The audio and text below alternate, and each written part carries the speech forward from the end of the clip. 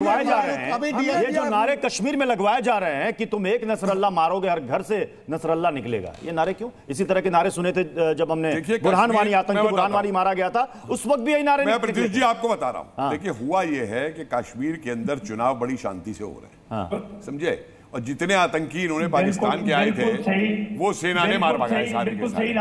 समझे साहब? हाँ बिल्कुल सही कहा। अरे अपने चुनावों से मिला लो, समझ गए? तुम्हारे यहाँ तो जीते हुए को हरा के पार्लियामेंट से बाहर कर दिया। पाकिस्तान का डीएनए और कैरेक्टर समझ में आता है। अब इनको कोई वहां पर एक मरेगा तो वहां पर 10 अजहर मसूद निकलेगा, वो समझ में आता है मुझे। आपको चाहिए मैं एक बात बता दूं, हमारे देश से 1000 मकबूल शेरवानी निकलेंगे, समझ गए? अब्दुल राशिद निकलेंगे 10,000, समझ गए? ब्रिगेडियर उस्मानी निकलेंगे 10,000, अब्दुल कलाम निकलेंगे, समझ गए? शाहरुख खान निकलेंगे, सलमान खान निकलेंगे, निकलेंगे। हमारे देश से ऐसे मुसलमान निकलेंगे जो देश को उन्नति और विकास की तरफ ले जाएंगे। आप लोग देश को उन्नति और विकास से खसेड़कर नीचे फेंकना चाहते हो, 14वीं सदी से पहली सदी की तरफ ले जाना चाहते हो। हम ये कहते हैं कि हमारे मुल्क पर न डॉक्टर जाकिर नाइक से कोई फर्क पड़ता, पाकिस्तान में वो कुछ कर रहा है उससे हमारे मुल्क पर रत्ती बराबर कोई फर्क नहीं पड़ेगा कभी। सर हमें ये कहना है कि हमारे मुल्क में एकता होना चाहिए। हमारे दिल का हिंदू और मुसलमान लहू का रंग हल्का और गहरा हो भी सकता है, जब ऐसे नारे लगते हैं तो पाकिस्तान खुश होता है, ऐसे नारे लगते हैं तो पाकिस्तान खुश होता है, और उसका वो एजेंडा, उसको लगता है हमारा एजेंडा अब कामयाब हो रहा है। जिन हाथों ने, जिन बच्चों के हाथों ने पत्थर छोड़ दिए थे, वापस उनके हाथों में पत्थर पकड़वाना चाहता है। अभी नून साहब ने, नून पार्टी से इरशाद साहब हैं जो अनडेमोक्रेटिक सरकार चला रहे हैं खुद पाकिस्तान में। ये इरशाद साहब से सवाल है। हाँ इरशाद साहब सुन रहे हैं आप? सुनिए गुलाम सरवर साहब। इन्होंने अभी अब कहा कि हमारे एक सेकंड, अब 10 सेकंड इरशाद साहब। बिल्कुल पहले इनका सवाल सुन लीजिए फिर जवाब दीजिएगा। तो दुनिया जान रही है, छोड़िए उस बात को। आपने ये कहा था अभी कि हमारे भारत के मुसलमानों ने आपको मुंह तोड़ जवाब दिया। आपको यह ध्यान में रखना, चूंकि डिबेट थोड़ा सा डिरेल हो गया, मैं लौटकर आप ही की तरफ आ रहा था लेकिन इत्तेफाक से रास्ते में रुक गया। आपके मुल्क की जो पॉलिसी है ना, आपके यहां तो कितने नसरुल्लाह बैठे हैं और क्या अंजाम होगा इसका तो हम लोगों को सिर्फ मैंने एक अंदाजा लगा रहे हैं कि होगा क्या। मुझे लगता है कि हम लोग अपनी उम्र में ही देखेंगे कि पाकिस्तान नाम की कोई चिड़िया थी जो उड़ गई। जिस रास्ते पर आप लोग चल रहे हैं, जिस रास्ते पर आप लोग मुल्क को लेकर जा रहे हैं, इस्लाम की तो बदनामी हो ही रही है, साथ में मुसलमान। आप बहुत फलस्तीन के हमदर्द हैं, तो क्यों नहीं भेजा आपने फौज? क्यों नहीं भेजा आपने फौज? आप लोग गद्दार हैं मुसलमानों के, हमसे बहस करवाते हैं आपने क्यों नहीं भेजा? माँ ने दूध पिलाया पाकिस्तान को, तो भेजो ना, बड़े शेर बनते हो। हमारे देश की शांति को भंग करने के लिए आज कश्मीर में आपके आतंकवाद की वजह से हमको भुगतना पड़ रहा। भारत के कोने कोने में गांव में रहने वाले मुसलमानों को भुगतना पड़ रहा है, और आप मुसलमानों के नाम पर सियासत करते हैं, इस्लाम के नाम पर सियासत करते हैं। अगर आप में जरा सी भी गैरत बची हुई है तो आप भेजो फौज को, देखता हूं इसराइल से आप मुकाबला करते हो या नहीं करते हो। अरे जाइए लड़ो इजराइल से, अपनी सेना इजराइल में, इजराइल का नाम जाओ ना, पाकिस्तानियों जाओ ना, हिम्मत है तो तुम्हारी सेना में इजराइल का नाम सुनते ही तुम्हारी पाकिस्तान। अरे इनकी तो सेना भी गधे के बेचने में बन रही है, तुम्हारी तो सेना भी गधों के बेचने में बन रही है। तुम्हारी सेना की तो जाए लड़ाई इजराइल से, जाओ बदला लो। आप कैसे हैं? हिम्मत है तो। आप पर कितने इल्जाम लगे हैं शिया आलिमों के कत्ल का, क्या गलत है? क्या आपने मुजाहिद के नाम पर आपने अभी तक आपने इस सवाल का जवाब नहीं दिया इरशाद साहब। कितने शियाओं का कत्ल करेंगे आप लोग?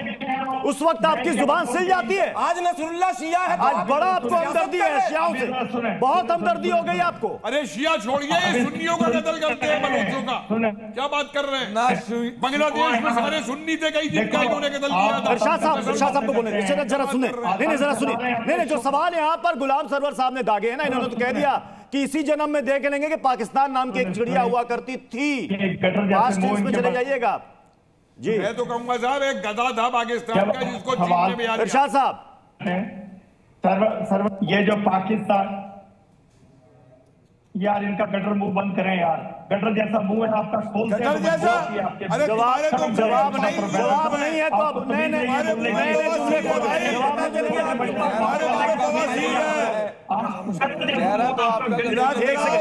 एजाज साहब सुनिए, एजाज साहब एक सेकंड, एजाज साहब गुलाम सरवर साहब ने कुछ नहीं, गुलाम सरवर साहब ने कुछ सुलझते सवाल दागे हैं आपकी तरफ। इरशाद साहब के पास तो जवाब नहीं है, मैं उम्मीद करता हूं एजाज साहब आप जवाब दे दीजिएगा। नहीं, क्या ये सच नहीं है कि दुनिया की बदौलत में पाकिस्तान का एक रोल है? जब मैं जवाब दे रहा हूं देखिए हिम्मत रखें, देखें आप पूरी दुनिया में आपने आतंक की फैक्ट्री खोल करके इस्लाम को बदनाम कर रखा है आप लोगों ने। आप आपका सवाल मुझसे इरशाद साहब से करते हैं, बिल्कुल चिड़ियाघर लग रहा है, प्रोग्राम नहीं लग रहा है, ये डिबेट प्रोग्राम। जवाब नहीं है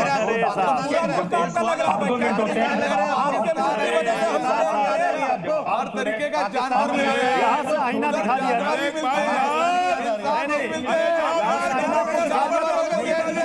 आईने में अपना चेहरा देख लिया था, तुमने चिड़ियाघर बना दिया पाकिस्तान को।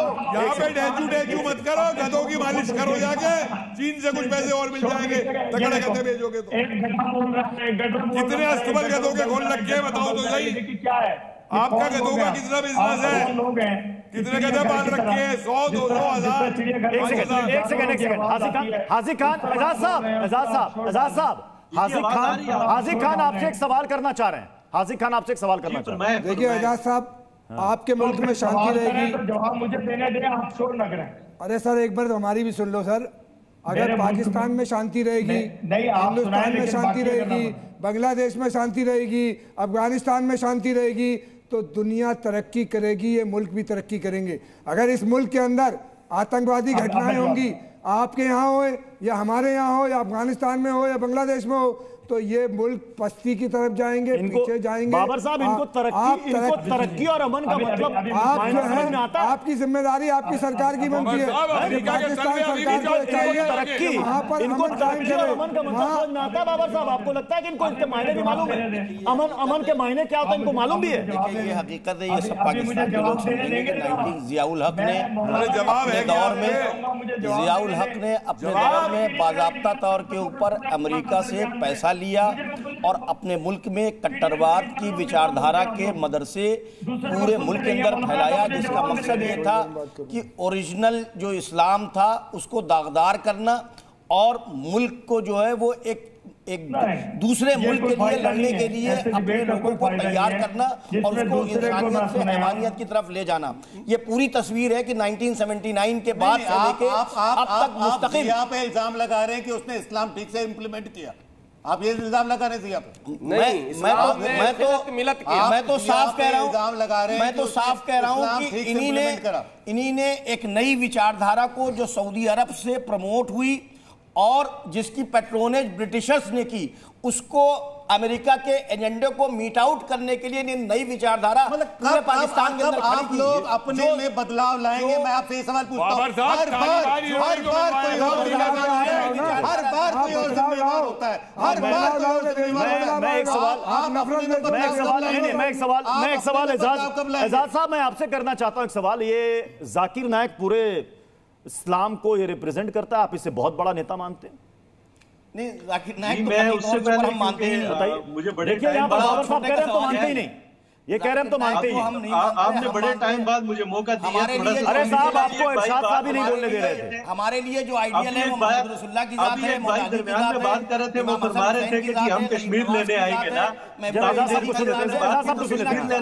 अभी आया था, उसको हमने चाय पिला के वापस मौलाना हिफाजत से रखना वापस नहीं करेंगे। बड़े आतंकी थोड़ा सा जो है ना इस मरतबा ध्यान दीजिए, वरना वो आप लाहौर नाश्ता करने भी आए थे। सिक्योरिटी में कदर लगा दो चारों तरफ।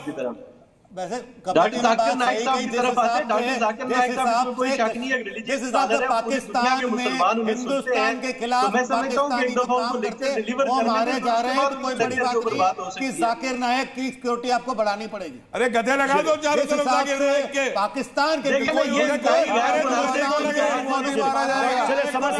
समय समाप्त हो रहा है, इस बहस को यहीं पर समाप्त करना पड़ेगा। बहुत Zee